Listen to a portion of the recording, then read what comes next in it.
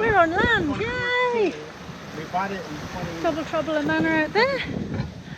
And Double Trouble and Manor on the beach. Well, supposedly we bought it when we both go. We tripped us and when we picked it up it was 3 years So it's taken us 3 days, Julie? You? 3, 4, something like that. Lost track of time. We've been... I think a good 3 days, yeah. Yeah, apparently we were deemed as unclean. We couldn't come ashore, but we're okay now, allegedly. Yeah, so I think...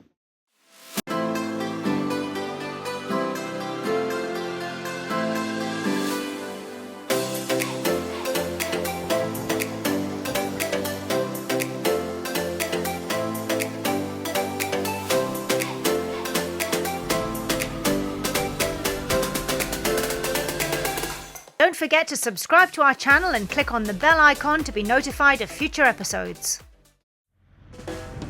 After 3 days on board trying to sort out permission to come ashore, we finally made it into the village.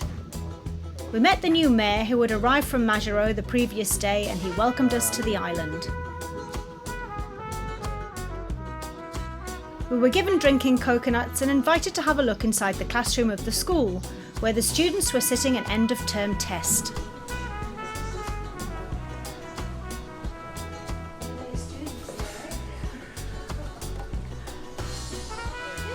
We left them to their studies and set off to explore, making some new friends along the way. What a beautiful island. And a lovely friendly village as well. Julie's surrounded by the kids up there. And it's just lovely, look at it.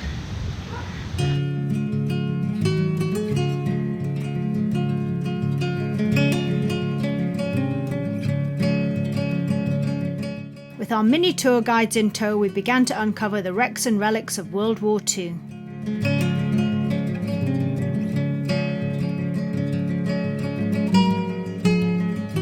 After World War I, the Marshall Islands were given to the Japanese by the League of Nations.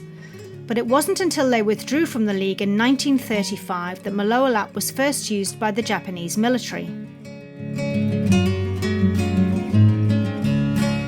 They began to secretly develop strategic sites around the country. The Maloelap base was one of the most developed, with hangars, service shops, barracks, bunkers and guns of every description. During World War II, the USA finally got wind of what was going on and launched 2 attacks. The second, and biggest, began in 1943 and lasted 2 years, during which time the Maloelap Air Base and surrounding facilities were bombed with over 8 million pounds of bombs and artillery rounds. Just walking back through the bush, been trying to find an old airplane. We've lost the trail, so we're going to go back and have a look at the map. There's just stuff everywhere. The amount of concrete that they must have brought in to build all this stuff is just phenomenal. Absolutely phenomenal.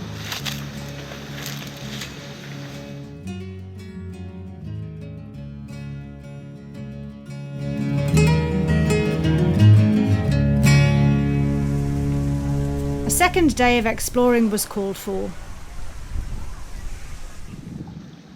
So here we are back on shore. And what are you up to, Mr. B?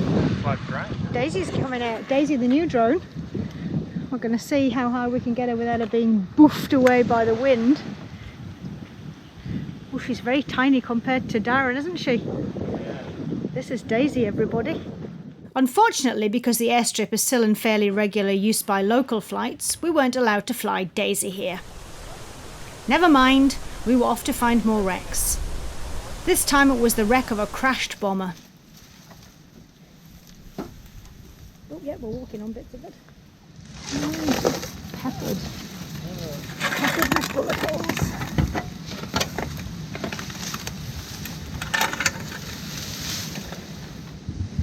You think this is the upside down cockpit, and the thing on top here is probably where they carried a bomb. Just laying around in the field.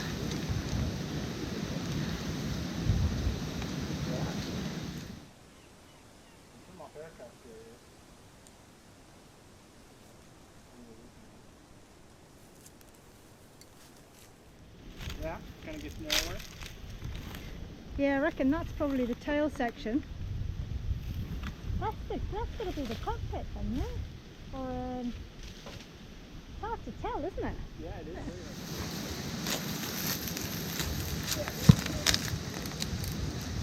Bullet holes in there, look. In the wing.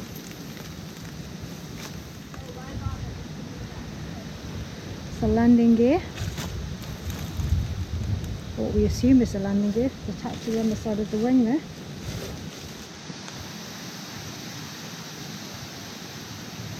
Oh, hey. All this history just sitting here randomly in the middle of this jungle. Either that or it could have after it was crashed could have gotten bombed, I guess. That's why it's such a mess.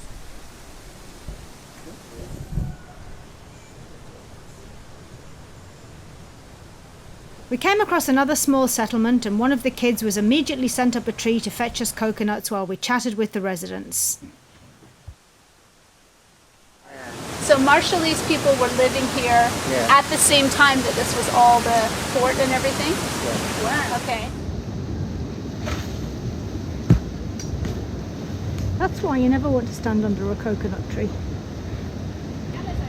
I normally would have volunteered to do this, but you know, I haven't got the right shoes on.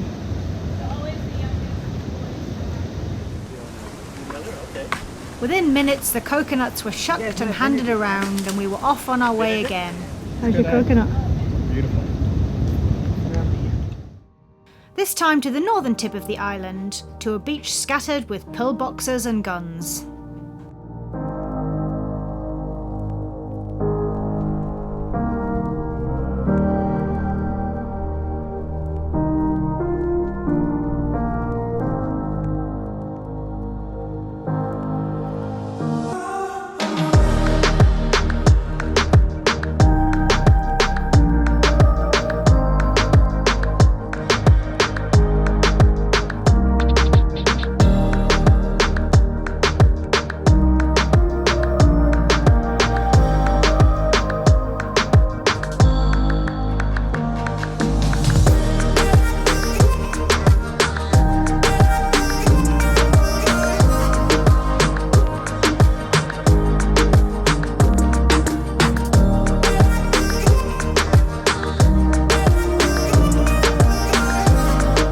Towards the end of the war, the US forces secretly evacuated all the Marshallese on Maloelap and the Japanese were left alone.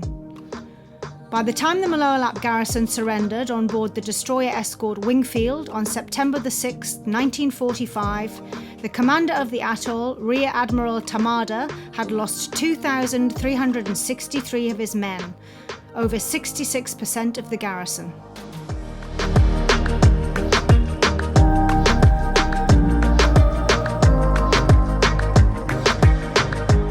Needless to say, the area is littered with wrecks, although many have been cut up for the copper, brass and aluminium parts by the locals. Live shells are still scattered around and ammunition can still be picked up on the beach.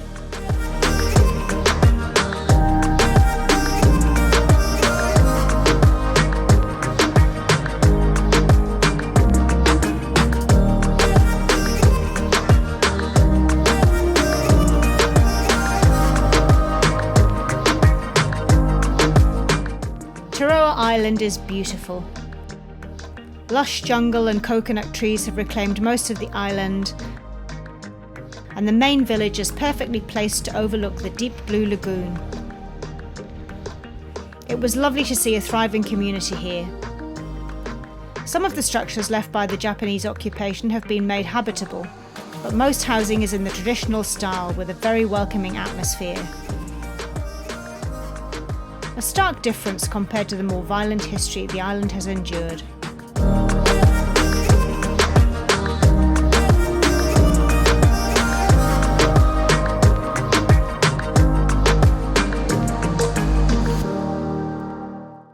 Thank you so much for watching. Don't forget, for real-time updates, follow us on Facebook, Instagram and Twitter. And if you'd like to help support our journey, go to our Ko-fi page. The link is in the description below.